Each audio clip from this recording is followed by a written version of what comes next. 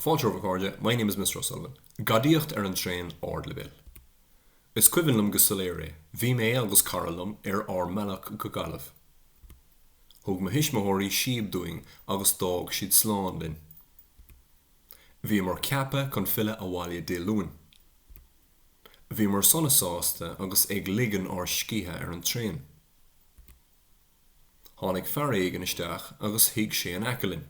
Bhí cuma aisteach Bhí léine stríochach agus spéaclaí gréine á gathmhaige.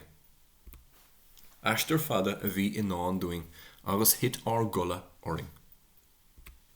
In an is doing, ruid an fear aisteach mas sporán. Nuair a rúsigh an bhirtuing bhí an fear imethe agus mas sporán fosta. Bhí iontas oring I dúspáire agus rinnemar cuardop timpeall oring. Ní rámar in ann chreidúnt gur ruid duine Bhartímar chun an scéal a insint don cigre. Fear cáracha bhí ann. Bhí a phríg sé díam chuir síos íana ar an bhar. Chur an cigre glé na Gardaí ag an stáisiún in Gaillimh chun iad a chur ar an eolas. Tháinig na Gardaí ar an gcorpach agus I mun gníomh. Bhí ionadh Thug an Garda mas sporráin ar aistom agus ghabh mé buchas leis. Is fiúd an seanachal, fillan an fial ar an bhealra. Cé bheith duine atá sa fictúr?